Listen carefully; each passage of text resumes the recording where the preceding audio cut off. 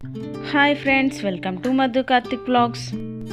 బయట వర్షం పడుతుంది, ఏం వండాలి అని మా ఆయనగారు ఫోన్ చేసి అడిగితే ఏం వండుతావో తెలియదు కానీ టేస్టీగా స్పైసీగా వండు అన్నారు. సరే నీ ఫ్రిడ్జ్ ఓపెన్ చేసి చూస్తే ఈ టొమాటోస్ తప్పితే ఇంకేమీ కూరగాయలు లేవు. సరే టేస్టీగా అన్నారు కదా, మనకు కూడా టైం కలిసి వస్తుంది, పావు గంటలో సింపుల్గా అయిపోతుందని టొమాటో రైస్ వండుదామని ఫిక్స్ అయ్యాను. దీనికోసం 5 మీడియం సైజ్ టొమాటోలను తీసుకుని నీట్గా కడిగి ముక్కలుగా కట్ చేసి మిక్సర్ గ్రైండర్లో వేసి పేస్ట్ చేసుకున్నాను. ఇప్పుడు 2 ఉల్లిపాయలు 2 పచ్చిమిర్చి తీసుకుని ముక్కలుగా కట్ చేసుకున్నాను. స్టవ్ ఆన్ చేసి కుక్కర్ పెట్టి 2 స్పూన్ల నెయ్యి 2 స్పూన్ల ఆయిల్ వేసుకున్నాను.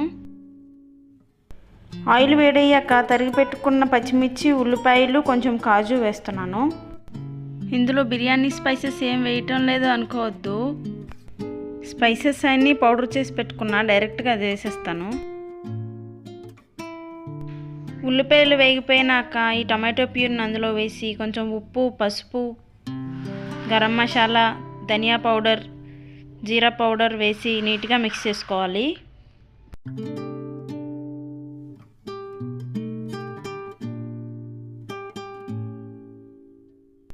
3 కప్పులు బియ్యం తీసుకొని నీట్గా కడిగి పక్కన పెట్టుకుంటున్నాను.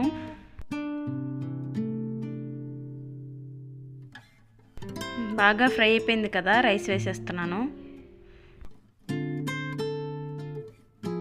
3 కప్పులు రైస్ కదా, 6 కప్పులు నీరు వేసి సరిపడా ఉప్పు, కొంచెం కసూరి మేతి, కరివేపాకు, కొత్తిమీర వేసి నీట్గా కలిపి మూత పెట్టేస్తున్నాను.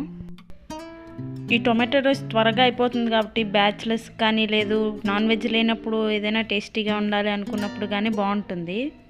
3 విజిల్స్ అయిపోయినాయి, ఓపెన్ చేసి చూస్తున్నా. చూడండి, చూడడానికి ఎంత జ్యూసీగా చాలా యమ్మీగా ఉంది. ఏం కూరగాయలు లేకపోయినా పర్వాలేదు, దీంతో ఏం కర్రీ అవసరం లేదు, కొంచెం రైతా చేసుకుంటే సరిపోద్ది. సూపర్ టేస్టీగా ఉంది.